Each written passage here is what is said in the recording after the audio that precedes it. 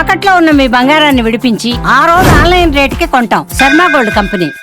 నమస్కారం, welcome to Suman TV. నేను Gitanjali. April 6వ తారీఖు ఆదివారం, శ్రీరామనవమి. ఈ సందర్భంగా ఇంట్లో మనం అందరం కూడా చిన్నగా పూజ చేసుకుంటాం. అలాగే దేవాలయానికి వెళ్తాం, ఖచ్చితంగా రామాలయానికి వెళ్తాం. అక్కడ కళ్యాణం చాలా చక్కగా చూస్తాం. లేదంటే భద్రాచలంలో జరిగేటువంటి ఆ కళ్యాణాన్ని మనం వీక్షిస్తాం. కానీ ప్రత్యేకంగా ఈ రోజునండి దాంపత్య సమస్యలు ఉన్నవాళ్ళు కావచ్చు, అలాగే ఉద్యోగం విషయంలో పదోన్నతులు పొందాలనుకున్న వాళ్ళు, నిరుద్యోగులు కానీ వీళ్ళు కావచ్చు, వివాహానికి సంబంధించి సరిగ్గా సంబంధాలు కుదరట్లేదనే వాళ్ళు కావచ్చు, ఆర్థికంగా ఏమైనా సమస్యలు ఉన్న వాళ్ళు కావచ్చు, వీరందరూ కూడా ఆ రామయ్యను స్మరిస్తూ వారికి పూజ చేస్తూ చక్కటి పరిహారాలు చేసుకుంటే ఆ సమస్యల నుంచి బయటపడతారని చెప్పి ప్రముఖ జ్యోతిష్యులు బ్రహ్మశ్రీ నందిబట్ల శ్రీహరి శర్మ గురువు గారు చెబుతున్నారు. నాకు అనిపించింది ఒక వీడియో చేస్తే బాగుంటుంది, అందరికీ ఉపయోగకరంగా ఉంటుంది కదా అని. ఇక ఆలస్యం ఎందుకు, గురువుగారు ఉన్నారు, వారితో మాట్లాడి వివరాలు తెలుసుకుందాం. గురుగారు నమస్కారం అండి. వాగర్థ వివ సంపృక్తౌ వాగర్థ ప్రతిపత్తయే జగతః పితరౌ వందే పార్వతీ పరమేశ్వరౌ ఆదిత్యాయ చ సోమాయ మంగళాయ బుధాయ చ గురు శుక్ర శనిభ్యశ్చ రాహవే కేతవే నమః. శృంగేరి జగద్గురు పీఠాధిపతులకి, కంచి పీఠాధిపతులకి నమస్కారములు తెలియజేసుకుంటూ కార్యక్రమాన్ని ప్రారంభిద్దాం. గురుగారు, శ్రీరామనవమి ఆదివారం వచ్చింది మనకి 6వ తారీఖు కదండి. ఇంకా అందులో ఎలాంటి మార్పు లేదు, అందులో ఏమాత్రం సందేహం లేదు. 6వ తారీఖు అండి. అయితే మామూలుగా ఆ రోజున ఏం చేయాలి, ఎలా ఉండాలనేది ముందుగా ఒక 2 నిమిషాలు మాట్లాడుకుందాం గురుగారు. ఎందుకంటే ఆ రోజున కళ్యాణం వీక్షించాలన్న ఆలోచనే ఉంటుంది అందరికీ. భద్రాచలంలో జరిగేటువంటి ఆ కళ్యాణం చూడాలనే ఉంటుంది. కానీ ఉదయం నుంచి కొంతమంది ఇంట్లోనే పూజ చేసుకుంటూ ఉంటారు. అయితే ఒక్కొక్కసారి పూజా విధానం ముందుగా మాట్లాడదామండి. ఏం చేయాలి ఆ రోజు? ప్రధానంగా శ్రీరామ నవమి, సాక్షాత్తు ఆ శ్రీరామచంద్రుల వారు జన్మించిన దారభ్యత, అవతార రూపం దాల్చి అవతార సమాప్తి అయిపోయి ఇన్ని లక్షల సంవత్సరాలు గడుస్తున్నా ఇప్పటికీ కూడా ఆ రామయ్యని, ఆ సీతమ్మని తలుచుకొని, ఆ తలుచుకున్న రోజున కనులార విందుగా ఆ నోరు అమృతం, ఆ మనస్సు అమృతం, కళ్ళు అమృతం, విన్న చెవులు అమృతం, అలా ఉంటుంది.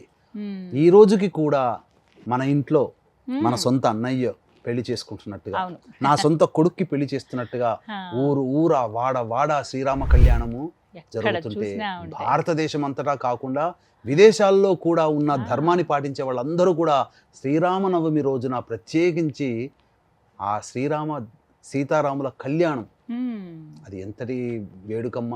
ఇప్పటికీ ఒక పాట రూపంలో సీతారాముల కళ్యాణము చూతము రండి, అది ఎంతటి అమ్మ నోట్ల. అసలు సాక్షాత్తు ఒక చెప్పాలి అని అంటే, ఎక్కడ ఆ కళ్యాణం జరుగుతున్నా అది మన ఇంట్లో జరుగుతున్నట్టుగానే మన పండుగ, నా కుటుంబ సభ్యుడి పండుగగా మనం చేసుకుంటున్నాం. అంటే ఇది ఆ దేవుడి అంశంలో జన్మించినది కాదమ్మా, ధర్మాన్ని పాటించాడు. ఒక మగవాడిగా పుట్టినటువంటి వ్యక్తి ఎలా తన సహచరులని ప్రేమించాలి, ఎలా తల్లిదండ్రులని గౌరవించాలి, కట్టుకున్న భార్యని ఎలా ప్రేమించి ఆప్యాయత అనురాగాలతో చూసుకోవాలి, తన వద్దకి వచ్చినటువంటి ఆశ్రయించినటువంటి వాళ్ళకి ఎంత అభయం ఇవ్వాలి, ఎలా రక్షించాలి, తనని నమ్ముకున్న వాళ్ళని ఎంతగా వాళ్ళని కాపాడుకోవాలి, స్నేహిత ధర్మం ఎలా పాటించాలి, యుద్ధ ధర్మం ఎలా పాటించాలి. ఒక శత్రువు చనిపోతే, రావణాసుడు శత్రువు చనిపోతే కూడా చాలా బాధపడ్డాడట. తర్వాత అయ్యో ఇంత గొప్ప పండితుడిని సంహరించానే అని చెప్పేసి, విధి రాత కాకపోతే నేనెందుకు సంహరించాల్సి వచ్చింది అని చెప్పి బాధపడ్డాడు. ఎవరైనా బాధపడతారమ్మా. శత్రువు ఏదన్నా ఇబ్బంది అయితేనే కింద పడితేనే అబ్బా బాగుపడ్డారా, ఇంకా దెబ్బలు తగ్గలేదురా వీడికని అనుకునే రోజుల్లో మనం ఉన్నాం. కానీ ప్రత్యర్థులని కూడా ఎలా గౌరవించాలో రాముడిని చూసి నేర్చుకోవాలి. అసలు ధర్మం అంటూ ఉంది అని చెప్పి వెతికితే ఆ రాముడి రూపము, రాముడి యొక్క విధానమే కనబడుతుంది తప్ప ధర్మానికి ప్రతిరూపం ఆయనే. సాక్షాత్తు లలిత అమ్మవారి అవతార స్వరూపుడు ఈ శ్రీరాముల వారు. అందుకనే లలిత నవరాత్రులు 9 రోజులు జరిగిన తర్వాత ఆఖరి రోజున యజ్ఞపురుషుడి రూపంలో ఆ పాయస ద్వారా భుజించినటువంటి ఈ 3 అమ్మలకి జన్మించిన సంతానం రామలక్ష్మణ భరత శత్రుఘ్నుడు. కౌసల్యా కుమారుడు, కౌసల్యా సుప్రజా రామ. కాబట్టి గొప్ప మానవతావాది, ధర్మమూర్తి శ్రీరాముల వారు. అంతే విధంగా సీతమ్మవారు కూడా భర్త పట్ల ఎంత ప్రేమ అనురాగాలు, భర్త మాట జవతాడకూడదు, భర్త మాటే శిరోధార్యముగా భావించి భర్త కోసమే జీవించినటువంటి ఆ అమ్మవారు ఎన్ని కష్టాలు పడ్డా ఇది నా భర్త చేసింది కాదు, ధర్మం కోసం నా భర్త ఉన్నాడని చెప్పి ఆ శ్రీరాముడికి వెన్నుదన్నుగా నిలిచినటువంటి సాధ్వీమణి ఆ అమ్మవారు. తనకంట శ్రీరాముని వివాహం చేసుకున్న తర్వాత భర్త భార్యా ధర్మాన్ని పాటిస్తూ ఎంత గొప్ప సుందరాంగుడైనా ఎంత గొప్ప బలశాలి అయినా కానీ గడ్డి పరకతో సమానంగా చూసినటువంటి సాధ్వీమణి ఆ సీతమ్మ వారి యొక్క గొప్పతనం వర్ణించడానికి మనకు సరిపోతుందా? కాబట్టి శ్రీరాముల వారిని సీతమ్మ వారిని అనుదినము స్మరించుకున్నా మన పాపకర్మలు తొలగిపోతాయి. చాలామంది అనుకుంటుంటారు సీత పేరు పెట్టుకుంటే కష్టాలు వస్తాయని. సీత అంటే ఇక్కడ గమనించాల్సిందంటే స్వచ్ఛమైనది, నిర్మలమైనది, పవిత్రమైనది కాబట్టి ఆమెకి సీత అని పెట్టున్నది. ఆ పేరు సార్థకత అయింది ఆమెకి. కాబట్టి రాముల వారు అసలు ఆ రామనామం వింటేనే ఏదో అమృతం తిన్నట్టుగా, అమృతం లేకపోయినా పర్వాలేదు రామనామాన్ని జపిస్తే చాలు అని 99 కోట్ల సార్లు రామనామ జపాన్ని చేసినటువంటి త్యాగయ్య ఆఖరికి రామ సందర్శనం జరిగింది. రామదాసుకి అంతే. కాబట్టి శ్రీరాముల వారు ఉన్నది నిజము, రామనామము ఉన్నది నిజము, ఆ మహత్యం ఉన్నది కూడా నిజం. ఇంకొక విషయం చెప్తానమ్మా, రాముల వారి విశిష్టత కొంత చెప్పండి చెప్పండి అని మీరు మొట్టమొదట అడిగారు కదా. రామనామము అంటే రామ్ అనేటువంటిది అగ్ని బీజము. మనకు మంత్రాలలో ఈ రామ్ అనేటువంటిది ఏంటంటే పాపకర్మలని దహించి వేస్తుంది అని అర్థం. అందుకనే ఈనాడు అనేక మంది బాబాల చుట్టూ తిరుగుతుంటారు. ఈ బాబాలందరూ కూడా వాళ్ళ పేరుకి చివరన ఒక తోక మన రాముని తగిలించుకుంటారు, రామ్ అని పెట్టుకుంటారు. ఆ బాబాల పేరుకి చివరికి రామ్ అని పలకడం వల్ల మహత్యం వస్తుంది. తెలియక జనాలు ఏంటంటే ఆ బాబాలకు వచ్చిన మహత్యం ఏమో అనుకుంటుంటారు. కానీ ఆ బాబా పేరు పక్కన రామ్ అని పెట్టడం, అది నామ మహిమం అని తెలుసుకోలేకపోతున్నారు. ఇంకా అజ్ఞానంలో ఉండి మరి రాముడు గురువుని పూజించలేదే, గురువుని పూజించాడు కానీ గురువే దైవం అనుకోలేదే. గురువుని ఎలా గౌరవించాలో కానీ ధర్మాన్ని పాటించాడు, దైవాన్ని కూడా ఆరాధించాడు. కానీ మనం ఏం చేస్తున్నాం, ఈ కాలంలో బాబాల చుట్టూ తిరుగుతున్నాం. మనకు కాని దైవాన్ని మనం ఆరాధిస్తూ మన ధర్మాన్ని మనం విడిచిపోతున్నాం. కాబట్టి రాముడి బాటలో నడవాలంటే మన ధర్మము, మన మతం కానీ మనకు సంబంధం లేని దేవుణ్ణి పక్కన చివరికి రామని పెట్టి పిలుచుకొని చెయ్యకూడదు. ఇది ఒకటి. అన్నిటికంటే ముఖ్యంగా ఈనాడు హిమాలయాల్లో తపస్సు చేస్తున్నారు కదా, ఒంటి మీద నూలుపోగు లేకుండా -20 డిగ్రీ సెంటీగ్రేడ్లో కూడా వాళ్ళు సంతోషంగా ఆనందంగా జీవించగలుగుతున్నారు. శరీరం రక్తం గడ్డకట్టకుండా ఉన్నారు అని అంటే ఏంటి కారణం తెలుసా అమ్మ? వాళ్ళు ఈ శ్రీరామ నామాన్ని జపించి సిద్ధింప చేసుకున్నారు. రామ్ అని పిలుచుకోవడం, ఆ రామ్ అని జపం చేయడం ద్వారా వాళ్ళలో ఉష్ణశక్తి పెరుగుతుంది. మీకు సింపుల్గా ఒక మాట చెప్పాలంటే వీక్షించేటువంటి ప్రేక్షకులు కూడా చలికాలంలో రామ్ శ్రీరామ్ శ్రీరామ్ శ్రీరామ్ అంటూ ఒక గంట సేపు జపం చేయండి, మీలో ఒక రకమైనటువంటి వేడి వచ్చేస్తుంది. చలిలో కూడా మీరు ధైర్యంగా నిలబడగలుగుతారు. ఆ ధైర్యమే ఆ యోగులకి ఆ రామనామ జపం వల్ల కలిగింది. కాబట్టి ఇంతటి గొప్ప మహత్యం శ్రీరామ నామానికి ఉందమ్మా. ఈ శ్రీరామ అనే నామాన్ని తరచూ జపించడం వల్ల మన పాపకర్మ దోషాలు తొలగిపోతాయి. ఇది ఏదో బాబాల మహత్యము కాదు. ఆ బాబా చివరన మన వాళ్ళు ఒక తోకని పెట్టారు రామ్ అనేది, ఆ మహత్యం అని చెప్పవచ్చు. ప్రత్యేకించి శ్రీరామ నవమి రోజున ఏం చేయాలి గురువుగారు అసలు ఆ రోజు?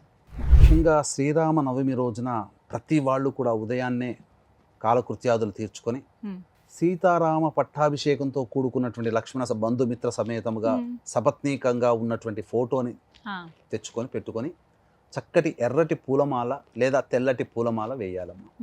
వేసి స్వామి దగ్గర ఆవునేతితో దీపారాధన చేసి వీలైనన్ని సార్లు శ్రీరామనామ జపాన్ని చేయాలి. ఆ రోజు ఉన్నటువంటి ఒక గొప్ప యోగం ఏంటంటే పుష్యార్క యోగము కూడా ఉన్నది. శ్రీరాముల వారి కళ్యాణం అభిజిత్ లగ్నంలో జరుగుతుంది కదా. 10 గంటల నుంచి ఒక పంచాంగం ప్రకారం 10 గంటల 12 నిమిషాల నుంచి పుష్యమి నక్షత్రం వచ్చింది. దృక్ సిద్ధాంతం ప్రకారం సూర్యోదయం ముందు నుంచే పుష్యమి నక్షత్రం ఉంది. అంటే ఏ రకంగా చూసినా ఆ ఆదివారం రోజున పుష్యార్క యోగం అనేటువంటిది ఉన్నది. ఈ పుష్యార్క యోగం అనేటువంటిది అద్భుతమైనటువంటిది. మనకు ఇష్టదైవాన్ని 100 సార్లు స్మరిస్తే ఎంతటి పుణ్య ఫలితం వస్తుందో ఆ యొక్క పుష్యార్క యోగము ఉన్నటువంటి ఆ 6వ తారీఖు రోజున ఒక్కసారి స్మరిస్తేనే అంతటి సార్లు వస్తుంది. కాబట్టి అందరూ కూడా ఆ స్వామి యొక్క కళ్యాణాన్ని కనులారా వీక్షించి తీరవలసిందే, అందులో సందేహమే లేదు. అదే ప్రత్యేకించి అడగాలనుకున్నది గురువుగారు, చాలా మందికి ఏంటంటే వివాహం విషయంలో ఇబ్బందులు ఉంటాయి. సంబంధం కుదురుతుంది, చెడిపోతుంది. కొంతమందికి అసలు సంబంధాలే కుదరవు. వయసు అయిపోతుంది, పిల్లలకి పెళ్ళిళ్ళు చేయాలనే ఆలోచన తల్లిదండ్రులకు ఉంటుంది. అలాంటి వాళ్ళు కావచ్చు. దాంపత్య సమస్యలు ఈ రోజుల్లో ఎక్కువగా చూస్తూ ఉన్నాము. ఎక్కువ డివోర్స్ కేసులు ఇవి కానీ ఏదో ఒక విషయంలో వివాహాలకు సంబంధించిన దాంపత్య సమస్యలు ఉంటున్నాయి. వీటి గురించి ముందుగా మాట్లాడదాం. ఏమైనా పరిహారాలు ఉంటే తెలియచేయండి, ప్రత్యేకించి ఆ రోజున చేయడానికి. ఎందుకంటే ప్రతి విషయంలో శ్రీరాముల వారు సీతమ్మ తల్లి ఆదర్శప్రాయమే. మరీ ముఖ్యంగా వివాహాలకు సంబంధించి కానీ దంపతుల విషయంలో ఎలా అర్థం చేసుకుని బ్రతకాలనేది వాళ్ళని చూసే నేర్చుకోమని చెప్తారు పెద్దవాళ్ళందరూ కూడా, మీలాంటి వాళ్ళు. మరి ఏమైనా పరిహారాలు వీటికి? అలాగే చాలామంది పదోన్నతుల కోసం, అసలు ముందు ఉద్యోగం రావటం, నిరుద్యోగులు ఎవరైతే ఉంటారో వాళ్ళు కావచ్చు, పదోన్నతులు పొందాలన్నా, ఉద్యోగంలో చక్కటి ఉద్యోగం, అది కూడా స్థిరపడే ఉద్యోగం కావాలన్నా ఏమైనా పరిహారాలు ఉంటే తెలియచేస్తారా? తప్పకుండానమ్మా. మనకు శ్రీరాముల వారికి సంబంధించినటువంటిది ఈ యొక్క వాల్మీకి రామాయణంలో గాయత్రి అక్షరాలు 24 అక్షరాలు కదా, ఆ 24 అక్షరాలని సంక్షిప్తం చేశాడు. అందుకే సంక్షిప్త రామాయణము అని అంటారు. కాబట్టి 24 సర్గలు అనేది అంటుంటారు. నాకు పూర్తిగా తెలియదు. కానీ ఈ యొక్క శ్రీరాముల వారికి సంబంధించినటువంటి జీవన కథలలో భాగంగా కొన్ని పారాయణములు చేయడం ద్వారా సమస్యలు తీరిన వాళ్ళని నేను చూశాను. ఈ విధంగా చెప్పినటువంటి ద్వారా వాళ్ళు సమస్యలు తీరాయి. అంటే అపాయింట్మెంట్స్ కోసం, జాతకం కోసం వస్తూ ఉంటుంటారమ్మా. వచ్చినప్పుడు సులభమైనటువంటి పరిహారాల కోసం ఎక్కువ అడుగుతారు. ఎందుకంటే అందరూ డబ్బున్న వాళ్ళు కారు కదా. డబ్బున్న వాళ్ళంటే చక్కగా జపాలు, హోమాలు అన్నింటినీ చేస్తారు. కానీ సాధారణమైనటువంటి వాళ్ళకి, కాబట్టి శ్రద్ధగా మీరు చేసుకుంటారా అని అడుగుతాను. శ్రద్ధగా చేసుకుంటామండి అన్న వాళ్ళకి మాత్రం కొన్ని విధాలైనటువంటి పరిహారాలు, కొన్ని సమస్యలకి ఈ రామాయణానికి అంతర్గతంగా ఉన్నటువంటి పరిహార క్రియల్ని సూచించడం జరిగింది. ముఖ్యంగా వివాహ ఘట్టము అని అంటారు. ఈ వివాహ ఘట్టానికి సంబంధించి వివాహ సమస్యలు, దాంపత్య సమస్యలతో బాధపడుతున్నటువంటి వాళ్ళు ఎవరైనా కానీ, ఎందుకంటే ఈ యొక్క కలియుగంలోనే కాదు, ఏ యుగంలోనైనా కానీ ఆదర్శ దంపతి మూర్తులు ఎవరయ్యా అంటే సీతారాములే. అన్యోన్య దాంపత్యం ఎవరిదయ్యానంటే సీతారాములే. అందుకనే ప్రతి వివాహ మహోత్సవ ఆహ్వాన పత్రికలో జానక్యాహ కమలాహ్ పుటాన్ అని చెప్పేసి, అంటే సీతారాముల శ్లోకముతోనే ప్రారంభమవుతుంది. కాబట్టి సీతారాముల వివాహ కళ్యాణ ఘట్టము, స్వయంవర ఘట్టము, ఇవన్నీ కూడా ఎవరైతే పారాయణం 108 సార్లు చేస్తారో శీఘ్రంగా వివాహం జరుగుతుంది. దాంపత్య సమస్యలు తొలగిపోయి ఆనందకరమైనటువంటి దాంపత్య సుఖాన్ని పొందుతారు. భాగస్వామ్య వ్యాపారాలు చేసేవాళ్ళు, ఇబ్బందులు ఉన్న వాళ్ళు కూడా మళ్ళీ భాగస్వాములు కలుస్తారు. ఇది కూడా చేయొచ్చు. ఇది వివాహ సంబంధమైనటువంటిది. ముఖ్యంగా ఆ రాముల వారికి అభిషేకం చేస్తారు కదా, ఆ రాముల వారి కళ్యాణాన్ని చూడాలి. వివాహం కానటువంటి వాళ్ళు, అబ్బాయిలైనా అమ్మాయిలైనా, దాంపత్య సమస్యలు ఉన్న వాళ్ళైనా ఆ కళ్యాణాన్ని వీక్షించ 10 గంటల నుంచి మొదలుకొని 1 గంట 2 వరకు ఉంటుంది. టీవీలకు అతుక్కుపోయి చూడండి, లేదా మీకు ఊరూరా వాడవాడలు అక్కడ కళ్యాణం జరుగుతుంది, ఆ కళ్యాణంలో ఉండండి. ఎందుకనంటే మనకి ఏం చెప్పబడి ఉందంటే శాస్త్రంలో, ఎక్కడైనా కానీ కళ్యాణం జరుగుతుందంటే అక్కడ ఆ అమ్మాయిలో అమ్మవారి కళ వచ్చేస్తుంది, అబ్బాయిలో పెళ్లి కళ వచ్చేస్తుంది. పెళ్లి కళ వచ్చింది అని అంటారు కదా. ఎందుకు అనంటే ఆ మంటపంలోకి పార్వతీ పరమేశ్వరులు ప్రవేశిస్తారట. ఆ యొక్క దంపతులు వివాహం అయిపోయి దాంపత్యంలో ఉండాలనుకునేటువంటి వధూవరుల యొక్క వాళ్ళ శరీరంలో ఆ కళ ప్రవేశిస్తుంది, పార్వతీ పరమేశ్వరుల కళ. కాబట్టే వివాహం కావలసినటువంటి అబ్బాయిలు అమ్మాయిలు ఎవరైతే ఉంటారో ఆ కళ్యాణం దగ్గర ఉండండి. ఆ కళ్యాణం పరిసర ప్రాంతాల్లో ఉంటే దైవిక శక్తి వాళ్ళలో ప్రవేశించి వాళ్ళ జాతకంలో వివాహ సంబంధమైన దోషాల ప్రయత్నాల్లో ఏవైనా ఉంటే ఆ దోషాలన్నీ తొలగిపోతాయి. దాంపత్య సమస్యలు కూడా అంతే. వివాహమై దంపతులై చక్కగా ఎవరికి వాళ్ళు అప్పగింతలు చేసేస్తారు కదా, అప్పుడు ఏంటి అర్థము? దంపతులు అంటే ఇరువురు దంపతులు అయ్యారు అని సీతారాముల వారు. కాబట్టి ఆ విధంగా అప్పగింతల కార్యక్రమం అయ్యేంత వరకు కూడా ఆ స్వామి వారి కళ్యాణం దగ్గర ఉంటే దాంపత్య సమస్యలు తొలగిపోతాయి. ఇంకా చెరుకు రసంతో ఆ స్వామి వారికి అభిషేకం చేస్తే తప్పకుండా ఇంకా వివాహ దోషాలు సంపూర్ణంగా తొలగిపోతాయి అని చెప్పవచ్చు. అది ఉద్యోగ సంబంధమైనటువంటి విషయాల్లో ప్రధానంగా శ్రీరామ్ పదవి కోసమైనా కానీ, ఉద్యోగం వెతుక్కునే వాళ్ళైనా, ఉన్న ఉద్యోగం నుంచి వేరే ఉద్యోగం మారాలంటే, మంచి సంస్థలో పిలుపు రావాలి అన్నా ఆ యొక్క సంబంధించినటువంటి శ్రీరామ పట్టాభిషేకం ఉంటుంది రామాయణంలో. ఆ పట్టాభిషేక ఘట్టాన్ని 108 సార్లు పారాయణం చేయాలి. ఆ రోజునే పూర్తి చేయాలండి? ఆ రోజున చేస్తే విశేషం, ఎందుకంటే పుష్యార్క యోగము కూడా కలిసి ఉన్నటువంటి రోజమ్మా, అది అద్భుతమైనటువంటి రోజు. ఏ సమయానికి చదవటం ప్రారంభించాలండి? పొద్దున్నే ప్రారంభించవచ్చు, సాయంత్రం వరకు చేస్తే ఎంతసేపు అమ్మా శ్రీరామ పట్టాభిషేకం ఎంతవరకు ఉంటుంది? మనస్సు ఉండాలి, శక్తి ఉండాలి, ఆ యొక్క సంకల్పం. జిజ్ఞాస ఉండాలి, ఆ జీలు ఉండాలి, నేను చెయ్యాలి, నేను కొట్టాలి అనేటువంటిది. ఆ జీలుంటే తప్పకుండా అన్ని వస్తాయి. 108 సార్లు 108 సార్లు పారాయణం చేస్తే చాలు. అన్నిటికంటే ముఖ్యముగా విశేషమైనటువంటి కష్టాలు, ఇక జటిలమైనటువంటి సమస్యలు చాలా ఉంటాయి. ఇవన్నీ కూడా మానవ జీవితంలో చాలా ఉంటాయి. అంటే ఏ పని చేయాలన్నా ముందుకు సాగట్లేదు, ఏదో ఒకటి అడ్డంకి వస్తుంది, ఆ అడ్డంకి నుంచి తొలగిపోవాలి అని అంటే కూడా కొన్ని పారాయణాలు ఉన్నాయి. అయితే ఈ సంబంధించినటువంటి చైత్ర పౌర్ణమి రోజున ఈ హనుమత్ జయంతి అనేది కూడా వస్తుంది. దాని ద్వారా కూడా కొన్ని విశేషమైనటువంటి కార్యక్రమాలు చేయించడం జరుగుతుందమ్మా మా పీఠం ఆధ్వర్యంలో. ప్రత్యేకించి శ్రీరామనవమికి ఏమైనా కార్యక్రమాలు అవి చేస్తున్నారు గురుగారు? ప్రత్యేకించి చేయట్లేదమ్మా, చైత్ర పౌర్ణమి రోజున మాత్రం ఈ హనుమత్ జయంతి సందర్భంగా సాయంకాలం 6 గంటల వరకు హస్తా నక్షత్రం ఉంది, తర్వాత చిత్తా నక్షత్రం వస్తుంది ఈ 12వ తారీఖు రోజున. ఆ చిత్తా నక్షత్రం ఉన్నటువంటి సందర్భంగా జాతకరీత్యా ఉన్నటువంటి అనేక రకాలైనటువంటి విద్య, వివాహ, ఉద్యోగ, దాంపత్య, అనారోగ్య సమస్యల నివారణకి సర్వదోష నివారణ పూజలు, హోమాలు. అలాగే 29వ తారీఖు మార్చి రోజున శని భగవానుడు మారాడు కాబట్టి 12 రాశుల వారికి ఈ 2025 సంవత్సరంలో శని దోష ప్రభావం 4 నెలల పాటు ఖచ్చితంగా 12 రాశుల వారికి ఉంటుంది. కాబట్టి ఆ దోష నివారణార్థమే శనీశ్వర హోమము జరిపించడం జరుగుతుంది. ఆ యొక్క తదనంతరం హోమము చేస్తున్నటువంటి దారభ్యత మన్యుసూక్త విధానముగా హోమం జరుగుతుంది. మన్యుసూక్త మూలమంత్ర, ఆంజనేయ మూలమంత్ర సంపుటిత మన్యుసూక్త విధానంగా హోమం జరుగుతుంది. ఆ హోమ శక్తినంతా కూడా ఒక అద్భుతమైనటువంటి మాల ఇవ్వడం జరుగుతుందమ్మా. శంకరుంగలి మాల అనేటువంటిది ఇవ్వడం జరుగుతుంది. అందరికీ కరింగలి మాల తెలుసు, కానీ శంకరుంగలి మాల అనేటువంటిది ఒకటి ప్రత్యేకమైనటువంటి మాల తయారు చేస్తున్నాం. దాని ద్వారా నరదృష్టి, నరఘోష, ముఖ్యంగా దిష్టి దోషము, తర్వాత అపమృత్యు భయ దోషాలు తొలగిపోతాయి. ముఖ్యంగా ప్రతి వ్యక్తి కూడాను ఈ సంబంధించినటువంటి ప్రయాణాలు చేస్తుంటారు, బండి మీదనో కార్లనో ఎక్కడైనా నడుస్తున్న ప్రయాణాలు చేస్తున్నప్పుడు ఆ ప్రయాణంలో ఆకస్మికమైనటువంటి దుర్ఘటనలు, అపమృత్యు భయ దోషాలు, గండాలు రాకుండా, యాక్సిడెంట్లు కరగకుండా ఉండాలంటే ఈ శంకరుంగలి మాల అనేటువంటిది ధరించాలి.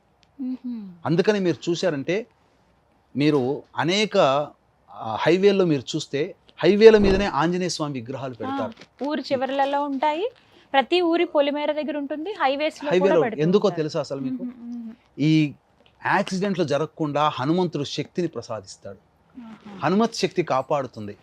అందుకనే మీరు ఏ కొత్త బండి కొన్నా హనుమంతుడి దేవాలయంలో పూజ చేస్తారు, కానీ మామూలు దేవాలయంలో చేయరు. వీలుంటేనే అక్కడ చేస్తారు. హనుమంతుని శక్తి గనక పొందినట్లయితే ఈ యాక్సిడెంట్లు జరగవు. కాబట్టి బండి నడిపే ప్రతి వ్యక్తి, స్త్రీ పురుషులు ఎవరైనా ఈ హనుమత్ జయంతి రోజున ఈ శక్తిపాతము చేయబడినటువంటి ఈ శంకరుంగలి మాలను ఎవరైతే ధరిస్తారో వాళ్ళకి ఆ భయదోషాలు అనేటువంటివి ఉండవు, యాక్సిడెంట్లు జరగవు. ఇది మాత్రం చెప్పవచ్చమ్మా, ఇది శాస్త్రంలో చెప్పబడి ఉంది. ఇక ఇంతకుముందు చెప్పుకున్నట్టుగా అనేక జటిలమైనటువంటి సమస్యలు ఉంటాయి కదమ్మా. ఈ జటిలమైనటువంటి సమస్యల నివారణకి సంబంధించి సుందరాకాండ పారాయణం, సుందరాకాండ పారాయణం చేస్తే జటిలమైనటువంటి సమస్యలు అనేటువంటివి తొలగిపోతాయమ్మా. కాబట్టి ఇప్పటికీ కూడా మమ్మల్ని అడుగుతుంటారు, సుందరకాండ పారాయణం చేయించండి అని చెప్పేసి. ఏదైనా సమస్యలు ఇంట్లో, వాళ్ళ ఇంట్లో ఏదైనా చిన్న చిన్న చికాకులు సమస్యలు వచ్చినా ఈ సుందరకాండ పారాయణం చేయడం వల్ల ఫలితాన్ని పొందిన వాళ్ళు కాబట్టి ఆ ఇంట్లో ఆ సమస్యల నివారణకి, చికాకులు తొలగిపోవడం కోసం సమస్యలతో ఉన్నటువంటి వాళ్ళు ఈ సుందరకాండ పారాయణం చేస్తారు. ఈ విధంగా చేయడం వల్ల కూడా చాలా మటుకు సమస్యలు తీరుతాయమ్మా. సంతానం కోసం పాటుపడేటువంటి వాళ్ళు, ముఖ్యంగా లవకుశుల యొక్క జన్మ వృత్తాంతం ఏదైతే ఉంటుందో అది ఘట్టంగా 108 సార్లు పారాయణం చేస్తే ఖచ్చితంగా సంతానవంతులు అవుతారు, అందులో సందేహమే లేదు. ఇవన్నీ శ్రీరామనవమి నుంచి మొదలుకొని పౌర్ణమి లోపల దీన్ని పూర్తి చేసుకోవచ్చు. 108 సార్లు ఒకే రోజులో చేయకపోయినా 6వ తారీఖు నుంచి మొదలుకొని 7 రోజుల్లో, 6, 7, 8, 9, 10, 11, 12, 7 రోజుల్లో దీన్ని పూర్తి చేసుకోవచ్చు. 12వ తారీఖు ఎలాగో మన పీఠమాధ్వర్యంలో ఈ సర్వదోష నివారణ కార్యక్రమాలు జరిపించడం జరుగుతుంది. అత్యంత శక్తివంతముగా శక్తిపాతము చేయబడినటువంటి శంకరుంగలి మాల వాళ్ళకి ఇవ్వడం జరుగుతుంది. కాబట్టి ఇట్లాంటి అవకాశం ఉన్న వాళ్ళు కార్యక్రమ తదనంతరం కాంటాక్ట్ చేసి ఆ మాలని ఏ విధంగా పొందాలి, ఎలా పూజ జరిపించుకోవాలో తెలుసుకోవచ్చు. తప్పకుండా గురుగారు. మొత్తం మీద శ్రీరామనవమి రోజు రామాయణ పారాయణం, మరి ముఖ్యంగా మీరు చెప్పినటువంటి ఘట్టాలు కొన్ని చదివితే ఖచ్చితంగా సమస్యలకు పరిష్కారం ఉంటుందంట. చక్కగా వివరించారు గురుగారు. ధన్యవాదాలండి. సర్వం శ్రీ ఉమామహేశ్వర పరబ్రహ్మార్పణమస్తు.